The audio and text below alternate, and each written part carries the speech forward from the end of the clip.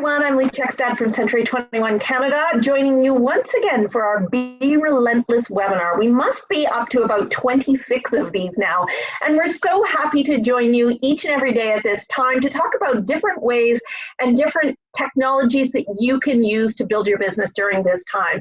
As we've been talking about this week, it is Technology Week, and we started talking about video, and then we moved to video conferencing. Yesterday, we had Eric Sachs talking to us about 13 technologies you've never heard of. And today we are talking to our friends at Back at You Media. They are a great partner for Century 21 Canada, and we are thrilled to have them with us today talking about different social media channels. So we have Will Davidson and Sheline McNeely with us today.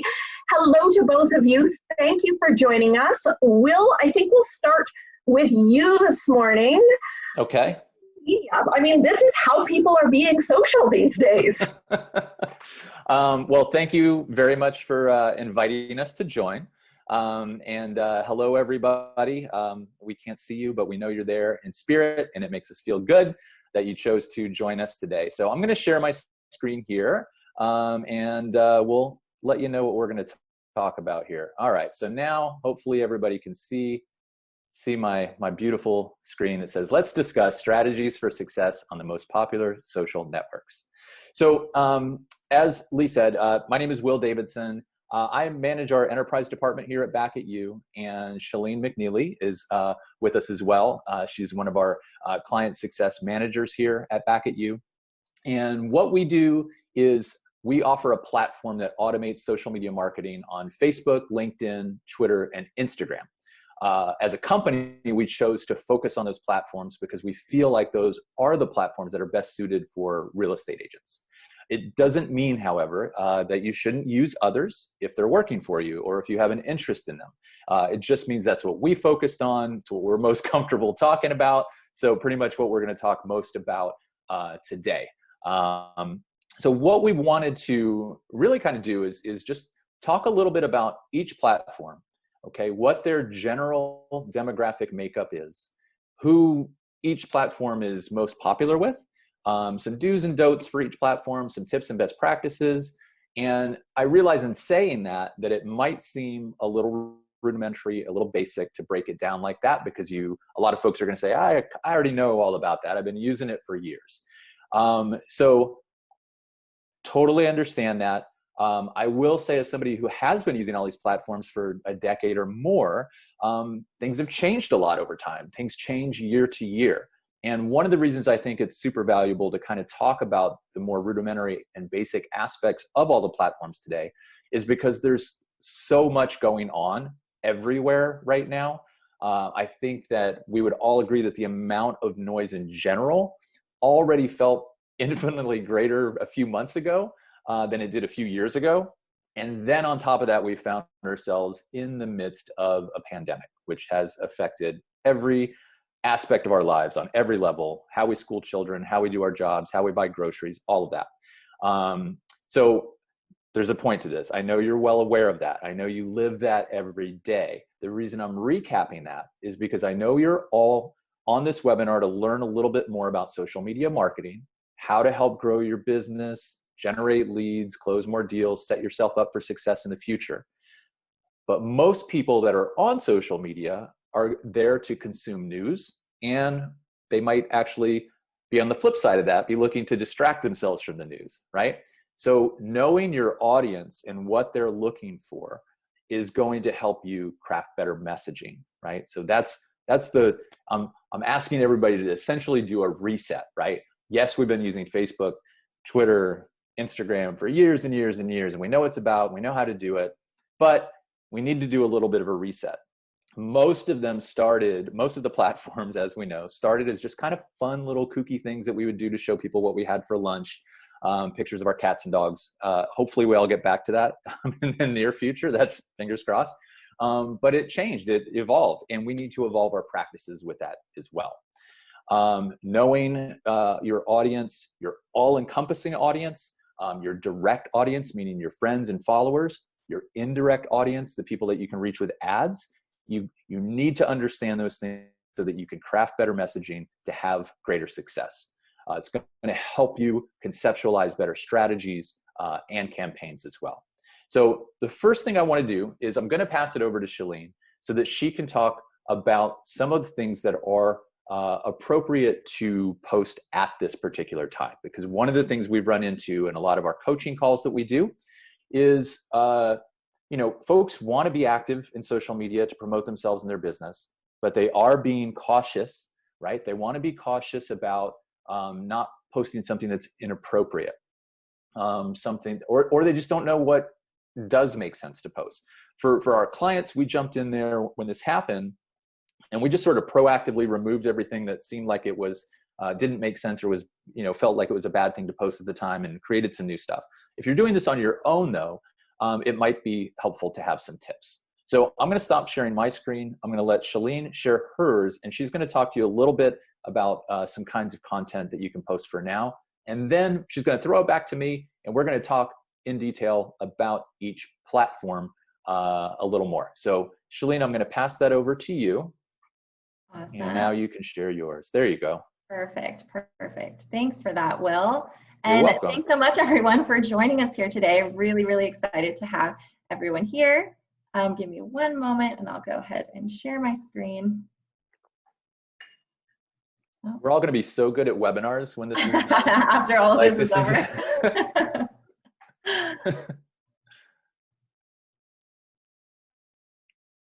Okay, perfect. So let me go ahead and present here.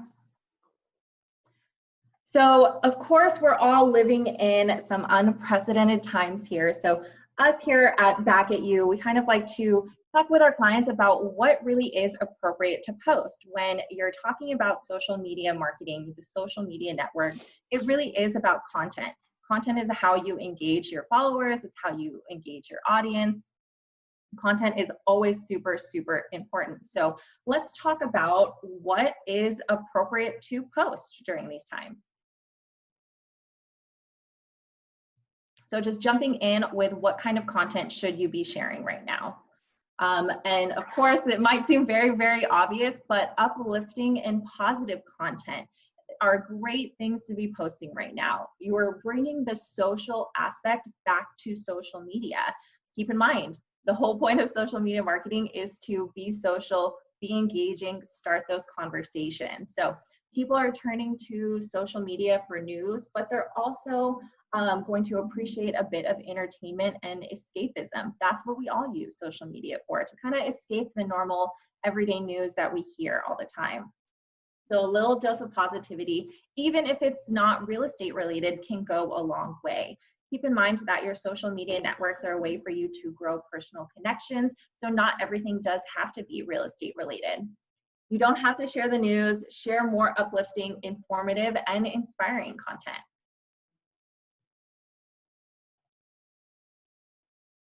DIY projects and how-to tips. We're all pretty much stuck inside these days. So give some home repair ideas. What have you been doing to pass the time?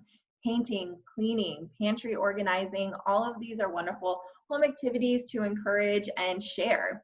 Maybe you're at home with kids and your home has turned into a school. How are you getting your kids through homeschooling? What does that look like? Share these things with your audience, because that, once again, helps personalize you. It's information you're interested in hearing.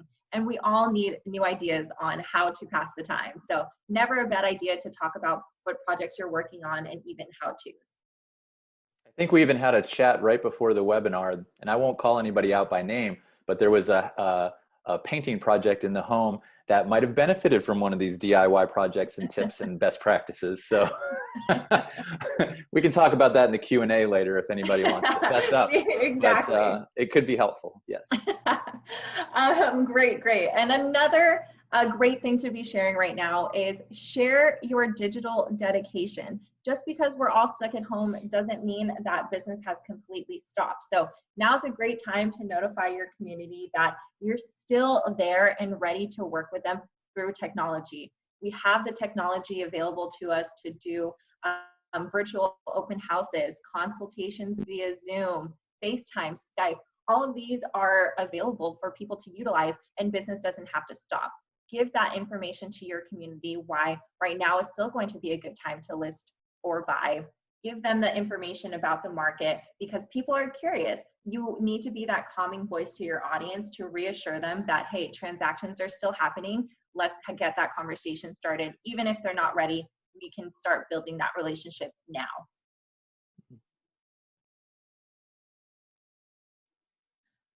It's also not a bad idea to post positive COVID-19 content. So sharing positive and helpful content about COVID-19 is never going to be a bad idea. You can even share something as a quick little post asking what songs people are singing when they start washing their hands.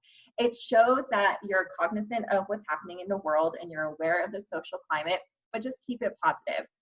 Keep in mind that everyone is hearing the same thing on the news every single day. So you want to have a different outlook on it, and you want to share different information that they might not be hearing.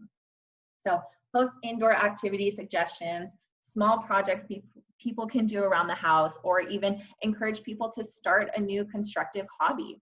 All of these things are going to be great to post and just engaging ways. Everyone is finding new ways to stay busy. So really great ways to start conversations here. And this is also probably one of my favorite things, that when I'm online and I'm looking at content that people are posting, are share relief resources. Showing your community that not only are you still there for them now, but this will strongly impact their decision on doing business with you in the future. Sharing relief resources of donating to local food banks, are their grocery shopping assistance programs, small business information that people can support. Maybe they're not aware of a farmer's market that's still open that they can go to. All of this is great information, and people are super, super receptive to it. Share the relief resources, because I see people asking every day on my social media sites, hey, what small businesses can I support this week? Things like that. So great. I think I would be personally super curious about what's currently open for takeout in my neighborhood that I might not know of. So I think that's a really key point. I think a lot of us, maybe on this webinar might take for granted that, we're savvy enough to find that information, but maybe some of our audience is not. So, mentioning one of your favorite restaurants, by the way, if you mention one of your local businesses and refer, folks to them for takeout, or for folks to buy gift cards, that local business is going to most likely notice and remember that. They're struggling, and any bit of an endorsement that they could get, they would definitely value greatly. So so I love that idea about talking about the businesses in the neighborhood, for sure. Yeah, I completely agree. Even now, weekly, I'm trying to find out which small businesses I can support this week. So I'm looking for this content. I know other people are looking for the content. Yeah. So great things to post. Yeah. And also, being a good neighbor is not only the right thing to do, it does set you apart from other agents who claim to be there for the community. Similar to what Will just said, these small businesses are going to remember that you're shouting them out, that you're helping them out during these times of need. So practice what you preach. Be there for the community. It helps you stand out, helps differentiate you from other people who claim to be community experts. So always keep that in mind. We jumped ahead, but supporting local businesses. I get excited about these things. I know. It's one of my favorite things to talk about. Supporting local businesses. Once again, great content. Specific local coffee shops. Do you go to specific local coffee shops before listing presentations? Maybe a bakery you use for open house videos. Tag and support them. They'll definitely like your shout out too. So that's also another thing. If you're supporting these small businesses, make sure you're tagging them. Make sure that they know that you're out there supporting them, and also for other people to be able to find that small business's contact information. So it's very important, if you are going to shout out a small business, make sure to tag them so they're aware of it. You know what? I'm glad it came up again on this other slide, because it actually reminded me that when I did venture out, I've literally driven around, I think, twice in the last 6 weeks, and I drove by my favorite coffee shop, and there was a handwritten, it looked like a kid did it, on a big poster board, the coffee shop, saying that they had, coffee for takeout. And then there was a little bar that we go to brunch sometimes, and they were doing takeaway as well. I did not know that either of those businesses were open in any way, shape, or form. And obviously, if you're scrawling a message on a piece of poster board and taping it to your window, you're definitely trying to get the word out. And so, yeah, so Yeah. it underscores the importance. Yeah, that definitely is true. I've seen a lot of people when they're taking pictures of their takeout order and tagging them. So making sure people are aware that they're open, spreading that awareness, because some of these people, maybe they can't afford advertising because they're a small business. So you're giving them that free support, that free advertising. Once again, you're just supporting your community. Yeah, absolutely. And mention local grocery stores. With a lot of the panic buying happening, shed some light on the small grocery stores that likely remain stocked with great. A lot of places are run out of things really quickly. You have to wait in line. I have a small convenience store right around the corner from my house that I can walk down to, that if I only need a few small items, I'm going over there to support them. And I'm making sure that people are aware that, hey, they're stocked up with toilet paper. Hey, they're stocked up with paper towels. You don't need to wait in line for 30 minutes just to go get that at a chain grocery store. So once again, local grocery stores are considered small businesses. You're giving great tips to your audience who might be short on supplies, and we're supporting these small businesses that people aren't aware have these necessities available. So keep in mind, even the local grocery stores, you have a quick convenience store that has some of these items that people are freaking out that they're running out of. Get that information out there, direct people to them. So, you can also support these small little chains as well. And a friendly reminder, if you use a scheduler to pre-plan your content, similar to our content calendar at Back at You, now is a good time to stop and review the social media posts that you've already scheduled and consider if they are still appropriate or relevant. We definitely want to be really aware of the social climate and what you're posting. So never a bad idea to plan your content out ahead. We have this time. Planning your social media content is a part of how you're going to help sustain your business. So keep in mind that using a scheduler to pre-plan your content and even reevaluating the current content that you have scheduled, you want to make sure that everything is still appropriate. Yeah, and I think that it bears mentioning that uplifting content and inspirational and inspiring content is a good idea in general during this time. But be sensitive if you happen to realize that there's a particularly bad news day, like if one day is particularly bad and you have, something scheduled to go out that seems a little too bright and sunshiny for that day, be actively involved in what you're posting and engaging with in social media so that you can, ensure you're not coming off as tone deaf in a certain sense. So just be cognizant of that. Exactly, which is a good tie into what kind of content should you avoid sharing right now. So of course, reviewing your content if you already have content scheduled, and thinking about what you should avoid sharing right now. Avoid too much COVID-19 content.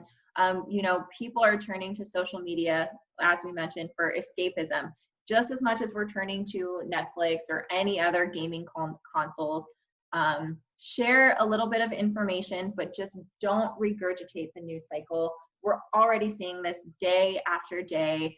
In fact, try to stay away from the news altogether. It's simply too polarizing, and it's not really considered good content when you're promoting your business if you're posting too much COVID-19 content. Avoid travel recommendations. Right now, of course, we can only be traveling for essential items, but don't post destination recommendations or ask your audience what location is on their travel list. Asking people if they're traveling or where they're traveling to is a little too hot of a topic right now and might be tone deaf to the situation. So keep in mind, really not talking about travel recommendations will, just a good practice all around. Let's not promote anything that we can't do ourselves right now. Avoid promoting events. Promoting events is normally a great piece of content to showcase your personality, but obviously most events are canceled right now, sporting events. What could be a good idea is posting virtual events. If there's a virtual event going on in your community or anything like that, virtual events are completely fine to post and promote, but anything that involves social gathering are probably going to not be good items to post right now. Share digital entertainment suggestions, or even position yourself. Once again, it's all about positioning yourself as a community expert, and share ways to help local arts and entertainment venues that may be struggling. So keep that in mind when you're thinking about what events you want to post and promote.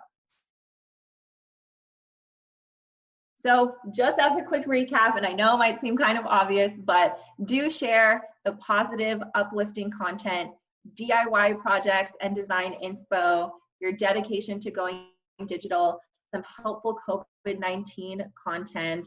Also, if you're a parent and you're a stay-at-home, homeschooling, working from home, talk about your work from home life, talk about your homeschooling life. Once again, that personal connection is really great for engaging people and starting those conversations. All of those things are great information to share.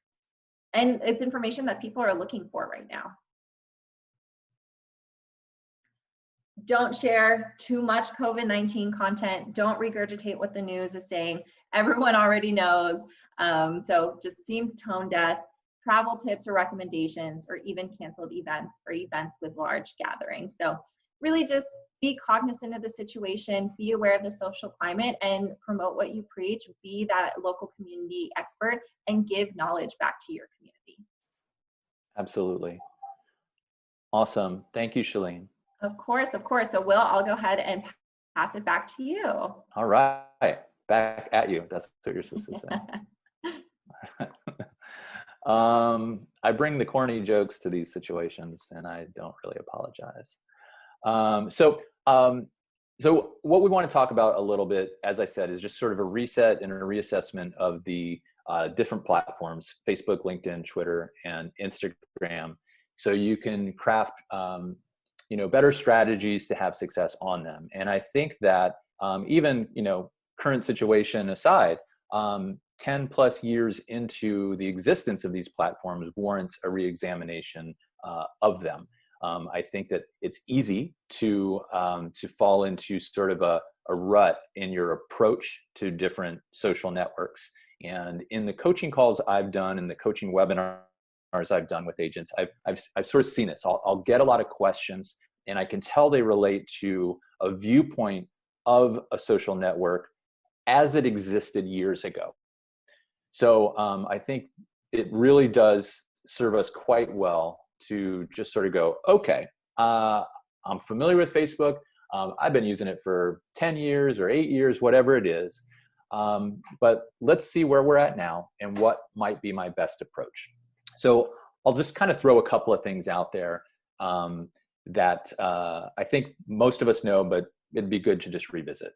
We know that basically everybody on the planet is on Facebook.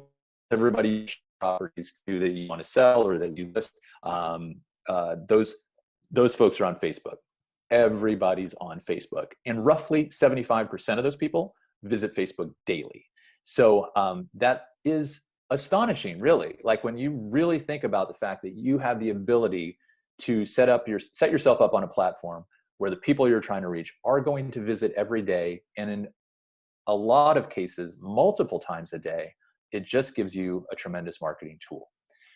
Now, one of the things that's changed over the years that I've seen, even from the beginning of my time at Back at You until now, and I've been with Back at You for 8 years, when 8 years ago, 7 years ago, you had a little bit more direct access to your directly connected audience. So if you had a business page and you had 1,000 followers on it and you did a post, you would reach 800 or 900 of those people with that post.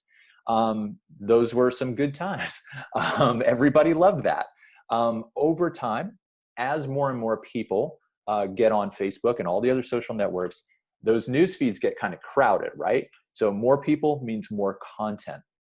So over the years, I've heard people, and I've even thought it myself, Facebook doesn't want to show stuff to people because they're just trying to get those ad dollars from you. Certainly Facebook wants to get ad dollars from you. They're not simply an altruistic sort of endeavor. They want to make a lot of money. Facebook definitely does. However, the reason that advertising your posts on Facebook has become more necessary isn't simply that they're trying to make money. It is because there is so much content coming into the platform that they need a way to sort of throttle that a little bit. They can't show every new piece of content to everybody that's on Facebook. So you have to be a little bit more strategic about how you do things. You have to vary things. You have to switch things up. You have to respond to the times. I know initially we didn't offer any video content back at you to our clients. Over time, it became clear that video content was extremely popular, highly prioritized in the newsfeed. So it's important to note things like that, respond to things like that, and act on them. So let me recap that. And this is something that's been popular for a couple of years, but I want to set the tone for moving forward. When something changes on the social network that you're using, like the ability to add video a few years ago, you want to respond to that and be an early adopter. You want to embrace that, and you want to create that kind of content. Now, it doesn't mean all of your content should be video. That would be silly. But it does mean that video should be a pretty healthy component of your mix of content. When I say it's highly prioritized in the newsfeed, what I mean is the newsfeed algorithm that decides what posts are shown to what people knows if something's a piece of video content and is going to prioritize that and show that to more people. So I think that the general user of Facebook to promote themselves isn't necessarily aware how much Facebook looks at the content itself, and based on the type of content, makes a decision on how many people they're going to show it to. So as we're in this particular time, I think one of the things that might have changed, and the news feed algorithms, by the way, Facebook and Google and all those places, they don't tell you how those work, right? You have to kind of reverse engineer that. But I do know that years ago, when people were posting a lot of link-based content on Facebook, and we've all seen this, right? The headline says, "You'll never believe what happened when blah, blah, blah." And you click on it and you go to the destination and you're like, oh, like, I don't know why I clicked on that. That's a terrible article. I have no interest. And you go immediately back to Facebook. Facebook knows how much time you were gone, like how long you were gone before you came back. If you click that link and you're gone for 5, 10, 15 minutes and come back, then the newsfeed algorithm actually interprets that as a good, positive, healthy link-based post and essentially rewards your page by showing more of your posts to more people. If you had a business page that was stocked with nothing but sort of junky posts like that had links that people clicked on and then came immediately back because they knew it was garbage, Facebook notes that as well. It's a little creepy that they know this stuff, but they do. So if you're posting things that are little value, that's going to negatively impact the way the newsfeed algorithm handles the posts that go into your timeline and thus are funneled through the news feeds of other people on Facebook. So you want to post things that are of value, right? You're not just trying to slam things out there like, here's my listing, here's my listing, here's my listing. I want to lead, I want to lead, I want to lead. You don't want to do that. That's not the way to promote yourself on social media. You want a very rich, diverse mixture of content that is going to, yes, promote your listings. Yes, promote your open houses, which now will be virtual open houses, right? You want to do a lot of virtual tours. You want to embrace that. And Shalene's going to talk in a few minutes here about stories on Instagram, and that's a good way to do that. So you want to embrace those things, but you want to have a very rich, diverse mixture of content on your page that delivers value, is interesting, is engaging, and to some extent is promoting yourself and trying to generate leads. I like to use the example, and this goes for all social media, not just Facebook, but being good on social media is a little bit like being a good dinner party guest, right?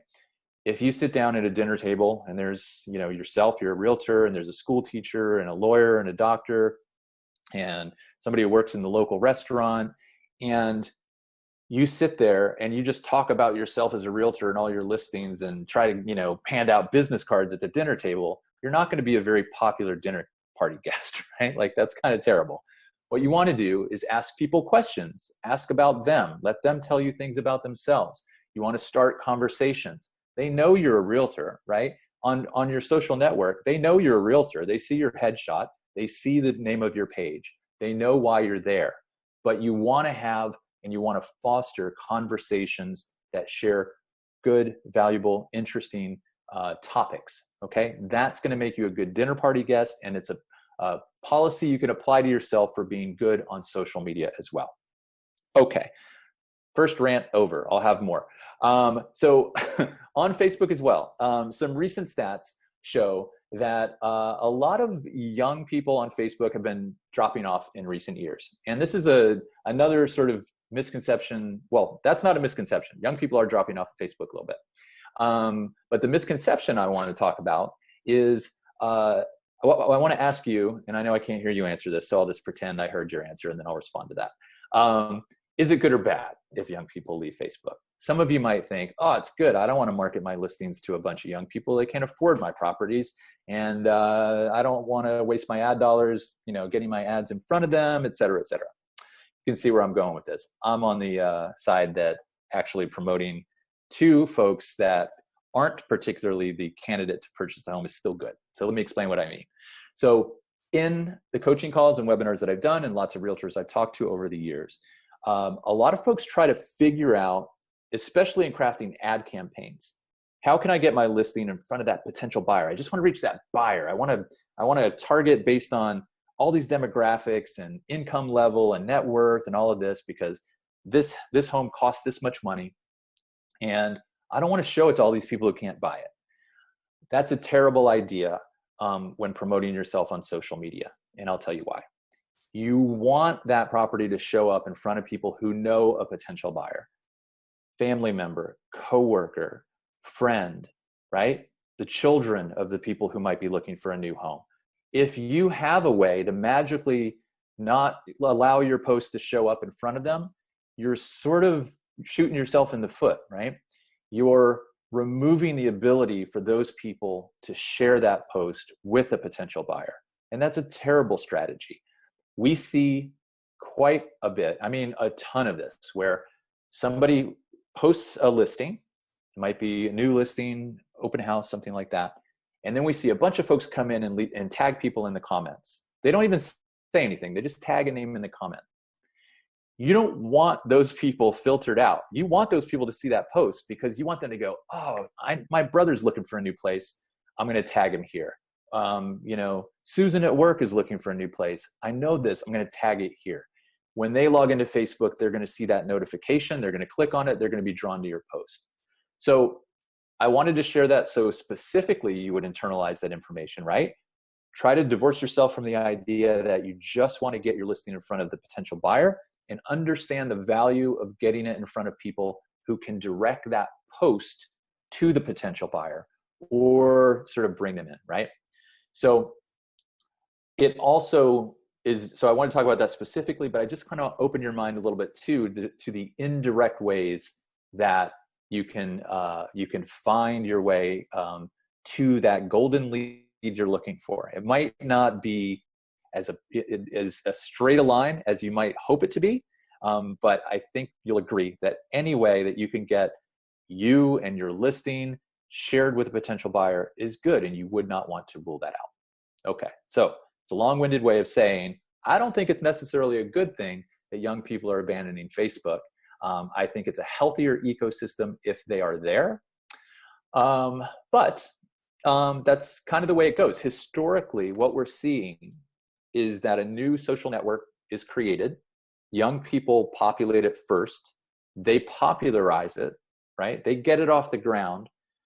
Their family, their older relatives, want to connect with them, and they start filling in. That's what happened with Facebook, right? If anybody was around for the beginning of Facebook, that was just college students. You weren't even allowed to get on there in the beginning unless you had a university email address that would allow you in.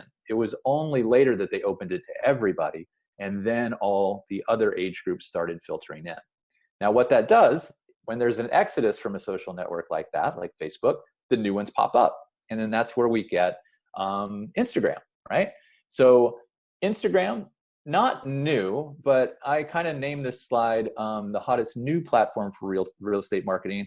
I know it's not new. I actually just scrolled through my Instagram timeline all the way to my post, which was almost a decade ago, which was actually sort of a weird experience and being like, well, I guess that was like 10 years of my life. That's interesting.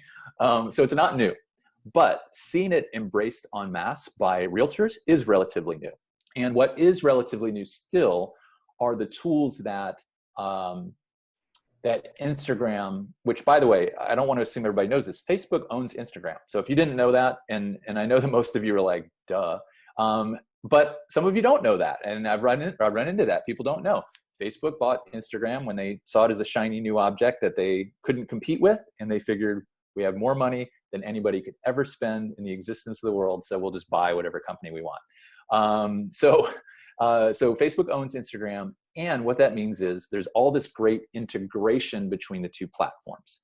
So if you don't already have an Instagram account, get one. You have the ability to create a business account on Instagram as well. So just like on Facebook, where you can have a personal page and you can have a business page, on Instagram, it's the same. You can have a personal account and a business account. Now, I know a lot of realtors still like to use personal pages for promoting themselves. It's actually technically against the terms and conditions of Facebook to promote yourself exclusively, promote your business exclusively on a personal page. I don't care about that. I'm not the Facebook police or anything. But by not having a business page, you are denying yourself access to tools that can be very, very, very beneficial and helpful. So get yourself an Instagram account if you don't have one yet, and learn how to connect the two, your Facebook business page and your Instagram business page, and learn how to access those tools. So I'm actually going to hand it back to Sheline for a minute because I want her to kind of go over, and I know we're running out of time. We were a little nervous we wouldn't have much to talk about, and here we go. We're going to just yap on for an hour and a half, and we can't do that. So Sheline, with an eye on the clock, realizing that we don't have forever to do this, let's show them a little bit about Instagram and the tools that are available to them, because I think some folks aren't necessarily, and I'm passing the baton back to you, aren't necessarily familiar with IGTV or stories or highlights. So maybe we can show them those things. Yeah, definitely. So we do want to talk about some of the features that are available on Instagram, because they're great features that you can be utilizing to not only promote yourself, but promote your business. And, you know, with Instagram having over 800 million users worldwide daily, it really is no wonder why Instagram has become one of the most popular social networking sites around. And as Will mentioned, since Facebook owns Instagram, it has some of those iconic features where you can have a personal and a business Instagram. You can even change your personal Instagram to a business Instagram. And why would you want to do that? You can get detailed analytics, insights about your target audience and your engagement. You have a few other capabilities such as personalizing your bio with calls to action. And ultimately, you can run ads on a business profile, which you cannot do on a personal profile. Running ads are always going to help you get exposure, help you build your brand awareness. So never a bad idea to run ads.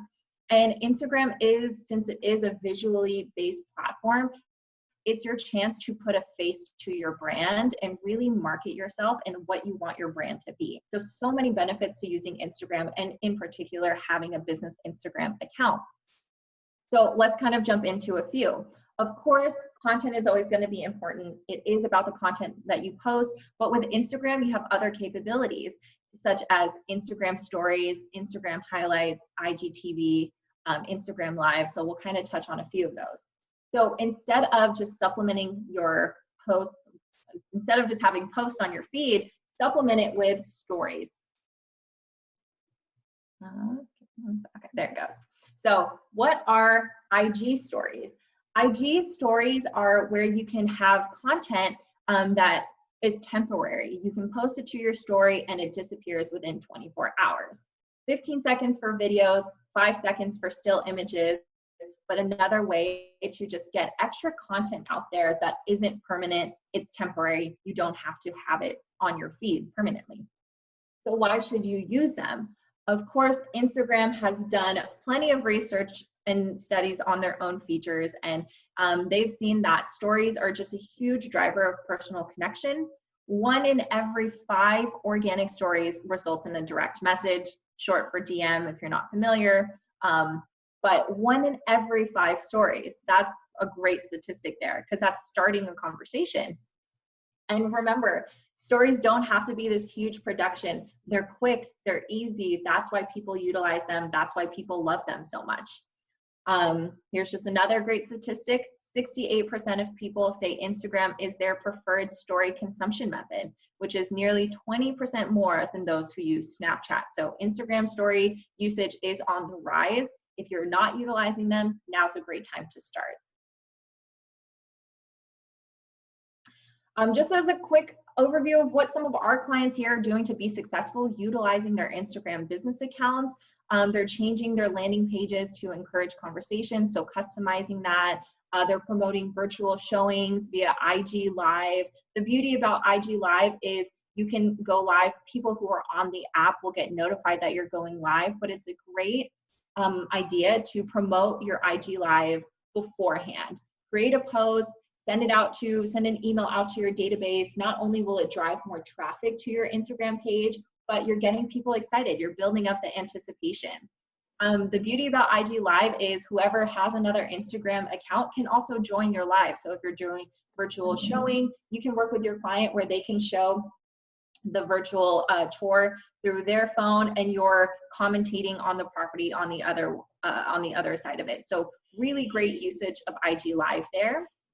We have clients who are utilizing IGTV. So if you're not familiar with IGTV is a way for you to post longer videos onto your feed for people to watch, and you're not restricted to the in-feed 1 minute long video restriction. So IGTV is also great because it has a series feature where you can have multiple series. So if you're doing virtual open houses, you can have virtual open house series, have that categorized in your IGTV. People can access it at any time. They don't have to be right there, see it right then and there. You're able to access it whenever. So really great usage of IGTV here. And there are great ways to get creative with it. Not only virtual open houses, Q&A series, market knowledge talks, things like that.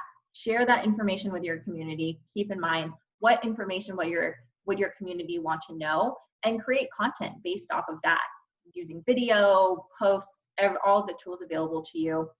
We'll kind of touch into hashtags a little bit more, but also utilizing hashtags are just extra ways to gain exposure. So kind of talking about stories some more, here's just some ideas on extra content that you can be posting, because it's all about the content that you post. Teasers to new listings and posts. Once again, those are quick and easy stories that you can get people excited for, behind the scenes, Q&A prompts, invitations to virtual tours, design and home maintenance tips. Really quick and easy, so simple. Why wouldn't you be utilizing IG stories? So now let's talk about highlights, because of course, if you have stories, they're temporary, but Instagram came out with this feature called highlights that allow you to house your stories in specific highlight categories where people can access them later. So they're not only visible for 24 hours, people can access them even at a later date. So great place to organize for based on the categories. Once again, everything on Instagram you can organize by categories, which I think is really cool. People can find the information that they want in one area. So use these for listing organizations, vendor relations, common Q&As, and even reviews. You have videos of your clients doing quick little views on how the selling process went, how the buying process went. Store that information. Have people be able to access that, because that's the kind of content that you want people to access later on in the future. It not only promotes you, it promotes your business, and it promotes positivity about working with you.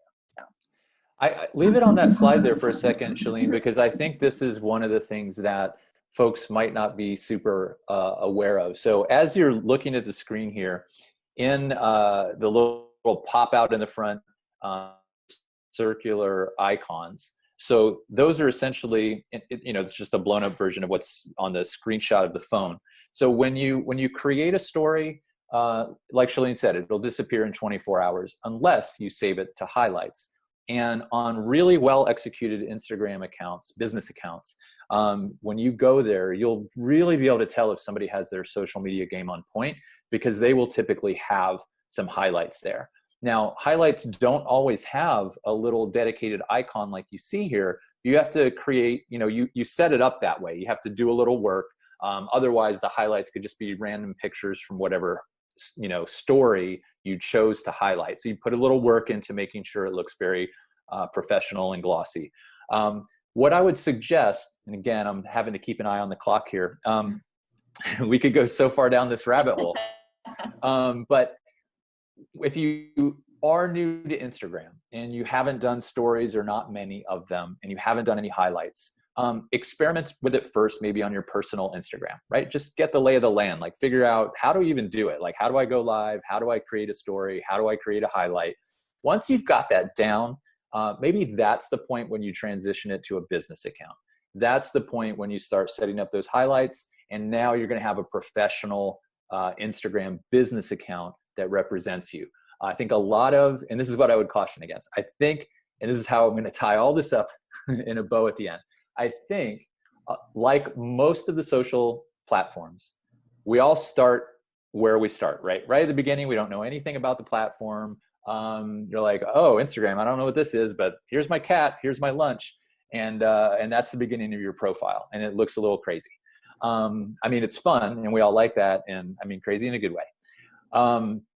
When you're setting yourself up though, with your business profile, we want that to be pretty glossy, pretty professional. So experiment with the personal account. Maybe ask your friends for some tips if you have somebody that's a little more savvier with it, or maybe your kids, coworkers, whatever. Get some tips, and then sort of like jump into it and set it all up and finalize it. So if it's okay, Sheline, I'm going to grab the screen back. So we can talk about a couple of other things quickly, and then I'm going to give the class homework. So yeah, when they invited you to this, they didn't tell you that they were giving us the power to actually give you homework assignments. So, all right, so let's see, here we are. So I want to talk briefly about LinkedIn and Twitter, and then I'm going to sign off with the homework. So LinkedIn, and I made this up last night and I'm particularly proud of it. I've never seen anybody say this, but LinkedIn, the suit and tie social network. I think they should pay me a vast amount of money if they use that in their marketing campaigns, but I think it makes it a lot more fun. I wanted to make sure it really is the suit and tie social network. We all get that joke, right? Isn't it? Right? Yes, we get it well. Okay. Thank you. Thank you. I enjoyed it. Thank you very much. I wanted to mention it briefly here because one study reported that LinkedIn can be 277, I don't know where you get that number, 277% more effective for lead generation than Facebook and Twitter. I did read that article and internalize that, and it seems, it actually makes sense to me. It sounds like maybe an exaggeration, but here's the thing. There's less content posted to LinkedIn generally, and that allows whatever you post to sort of rise above the noise. On Facebook, wow, if you're trying to rise above the noise there, that's why it's almost always necessary, if you really want to reach a lot of people, to have some sort of boost or ad behind your Facebook posts, because there's so much content there. LinkedIn, there's not as much content being put on the network, so it is easier for your content to be seen because there's less clutter there. And that means you can reach the right people with your messaging. So I think that's really what they're attributing, that sort of more effective lead generation there. Now that doesn't mean because it's more effective that you abandon the other platforms. We all want to, I don't know the best analogy here, but if we're making a stew or a soup, right, there's gonna be lots of ingredients and they're all key. So we wanna take advantage of all the platforms. Let me go back. Twitter. For those of you who have been on Twitter for a very long time, this also ties into what I said about how the platforms have evolved. So initially, it seemed like one of the dumbest platforms, honestly. Like when I first got on it, I was like, I really don't know what the point of this is. I just bought a coffee tweet. I guess that's what we're doing here. And it was mostly just people goofing, and sharing jokes, sharing pictures. And then at some point it turned into this really viable platform for sharing up to the minute news. And then it became a very serious sort of mover and shaker in shaping and crafting world events, which we will not get into. But it is one of the great things about it is if you leverage it right, you're able to post a lot more on Twitter than you can on Facebook. Knowing each of the platforms, you have to know sort of what the right balance is. If you post as much on Facebook as you're able to on Twitter, people would unfollow you like crazy. The Facebook newsfeed algorithm would try to keep you from hurting yourself and just stop showing all those extra posts to people. But on Twitter, you can post quite a bit, and it doesn't negatively impact you the way it would on, say, Facebook, right? So it does allow you to post more times per day, more consistently. You just have to learn to strike the right tone, right? You want to make sure that you're delivering content that stays away from news. We always want to stay away from news, right? These are our business profiles. There is no place for us to talk about our politics or anything like that. Too polarizing, not a good policy. You're just instantly going to alienate 50% of your potential home buyers. So just don't do it. Do it on your personal page, knock yourself out, but not on the professional pages. So LinkedIn, well, let me just tell you, our internal testing does sort of back up the stat I had for LinkedIn being pretty effective for generating those leads. Our internal testing shows that for roughly every 10 leads we see generated on Facebook, we see about 4 or 5 on LinkedIn, and we see about 2, maybe 3 from Twitter. I don't really know exactly what we're seeing from Instagram right now because it's a relatively new integration for us, and I haven't heard any statistics internally that we've sort of settled on because it's literally only been weeks since we've rolled it out. But the point is, be on all of those networks. Okay. Now, the bow I want to tie all this up into, because Lee, don't worry, I'm looking at the clock, and I know you're not going to have to, hit the button and turn me off or anything. It's like an Oscar speech. Thanks, Will. Thanks so much. It's your time to get off the stage now. Although it would be, Lee, if you started playing some symphonic music to play me off of the stage, that would actually make my day and would be the funniest thing ever. Like the Academy Awards, I'll figure out if I can figure out the technology to do that. I really think that would be fabulous. The last thing I want to say, and the homework that I was jokingly alluding to, is that what I'd like everybody to do, and this is sort of going back to what I initially said, we've all been using these platforms for years.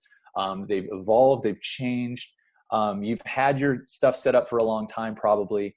I want to encourage you to do an audit of your profiles on each social network. Start with the bios, right? Make sure that that you have up-to-date bios.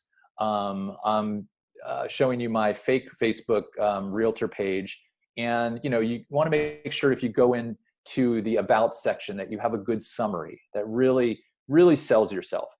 People, one of the first things they're going to do if they're considering doing business with you is to look up your profiles on social and just try to get an idea of who you are, what you've done, et cetera, et cetera. You want to make sure these things are up. So do an audit of your profiles on each of the social networks. Start with the bios. I always see bios that have links that don't work, phone numbers that don't go to the right place. So please start there.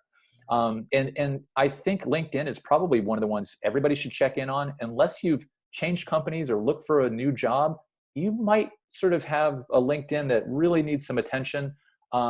Me personally, my LinkedIn doesn't even have a real headshot. It's just a picture of Dean Martin smoking a cigarette and holding a martini. So don't let me be your example. Let me be the bad example of how to do LinkedIn. I've been here for 8 years. I haven't looked for another job, and I'm not trying to leave, so I haven't really taken it seriously. But you shouldn't have a picture of somebody drinking a martini as your LinkedIn profile picture. I think if you have anything better than that, then you're doing better than Will Davidson from Back at You.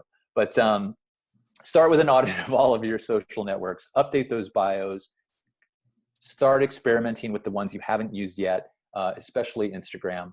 And yeah, I think that's the only homework I probably have the authority to give you. So now Lee's going to chime in and save you from my rambling. Wait, I've got it. Wait, I need to play. Oh no, it's not working. Come on, Lee. Oh wait, music. So there we go. We're signing people off. Wrap it up, music.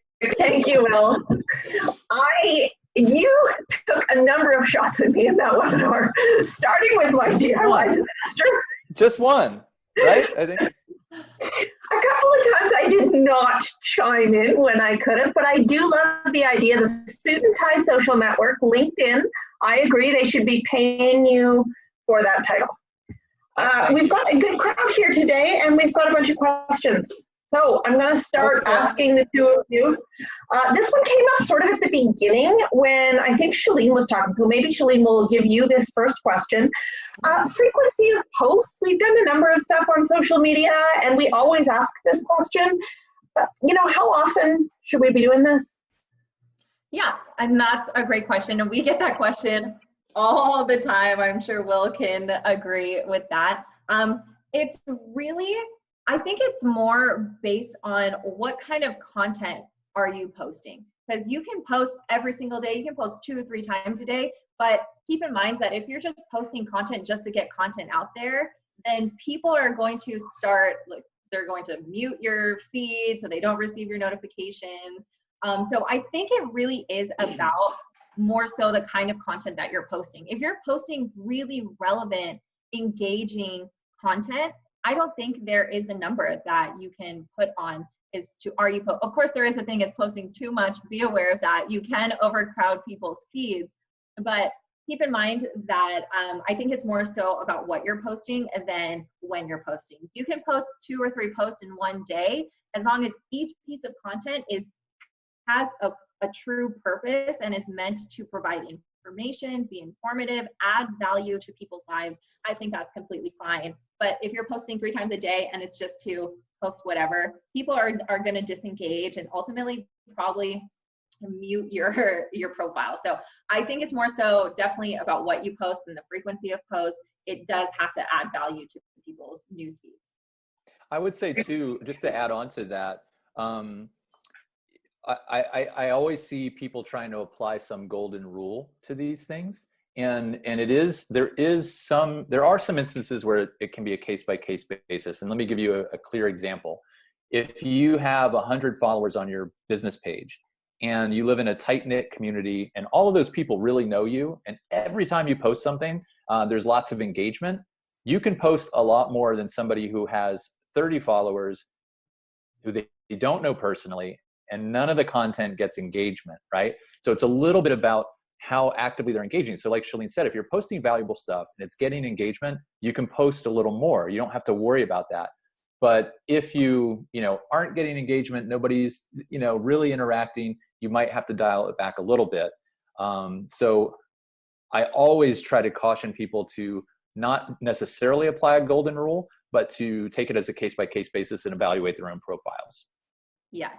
And it's all about trial and error. Try a piece of content, try posting a few pieces of content, take a break, see how that goes. Try posting multiple pieces of content. It's exactly how Will said, read the room, understand your audience. Yes, read the room, exactly. Read the room, people, come on. Like reading a room when you're at a dinner party and being a good guest. I thought that was a great analogy. Thank you, Lee. What is the advantage of a business Instagram account as opposed to just posting on an Instagram account?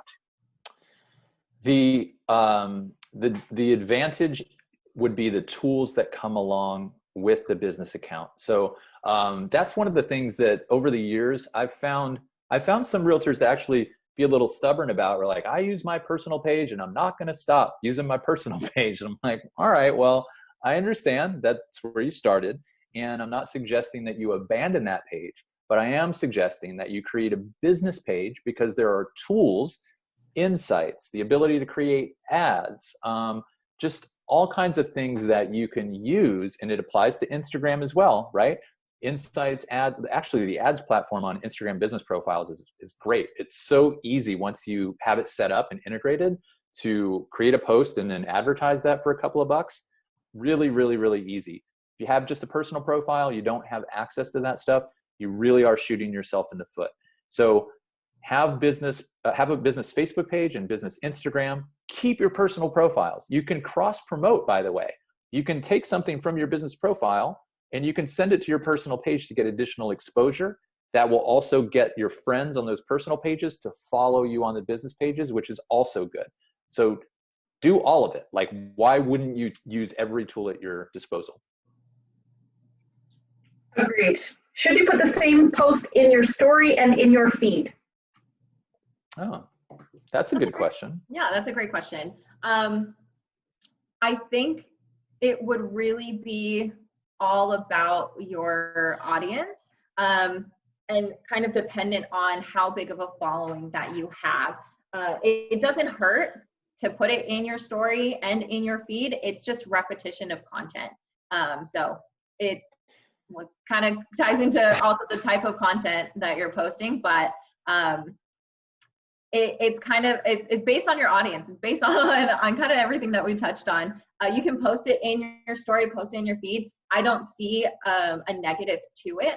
It just could, if you're doing it too often, once again, come off as repetitive. Yeah, my personal view on it and the way I've approached it is there are some things that, well, first of all, people will notice if they haven't used Instagram a lot, one of the things they'll notice is I posted something as a post.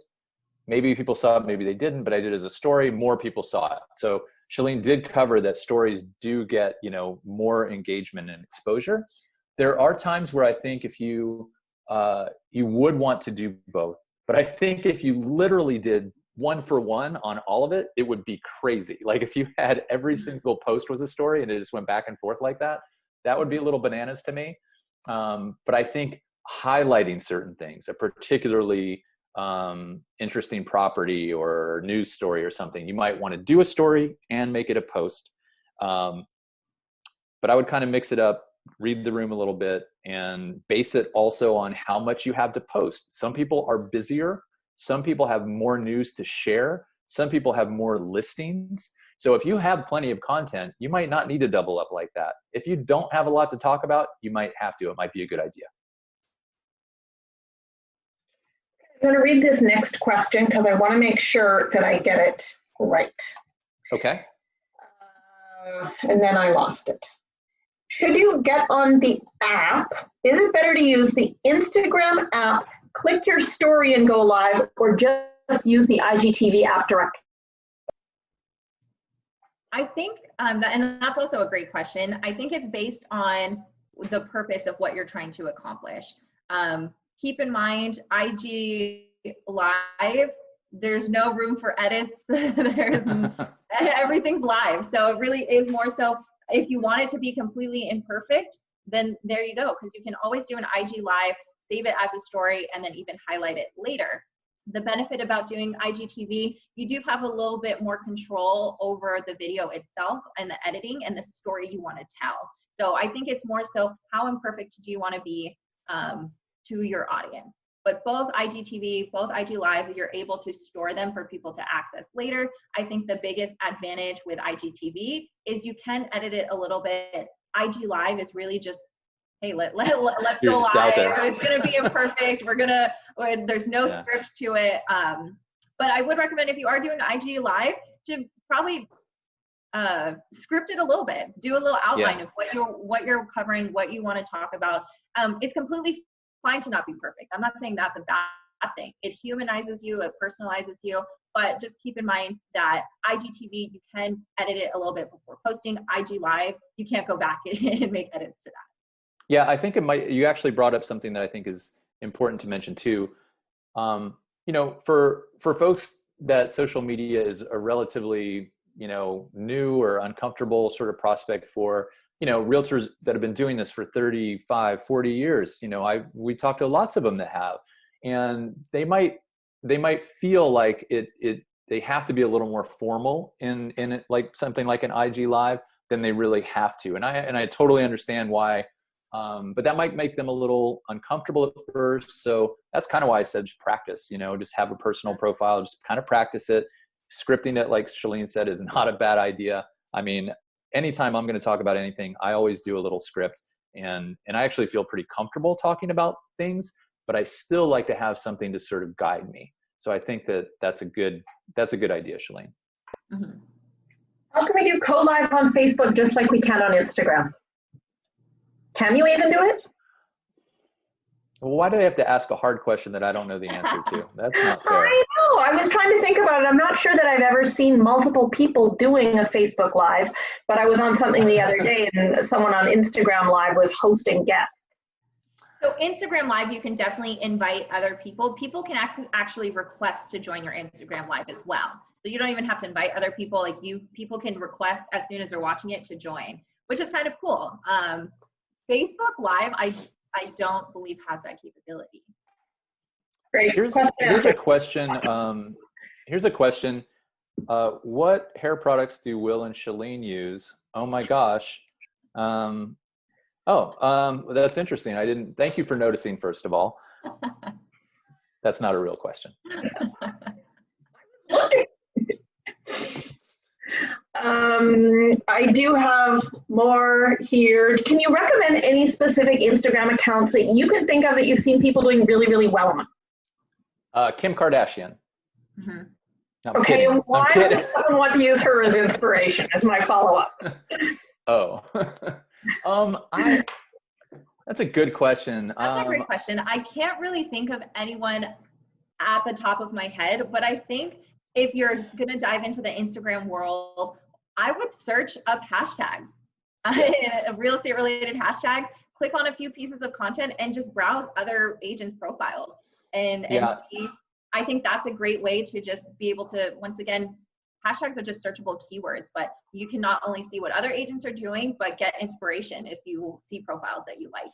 Yeah, so if you're not a savvy Instagram user yet and you're unfamiliar with how to search or just explore hashtags, one of the really cool features of Instagram, and this is probably why we all visit it every day and multiple times a day, is if you just need to check out for a minute, you can just kind of explore Instagram. And one of my favorite things to do is just look at places I want to visit. Obviously, I'm not visiting anywhere now, but I like to kind of just scroll through and see places I'd like to visit. Instagram starts to, learn your browsing habits, and it'll show you things. So if you're exploring hashtags or looking for certain search criteria, it'll start sort of, exposing things to you.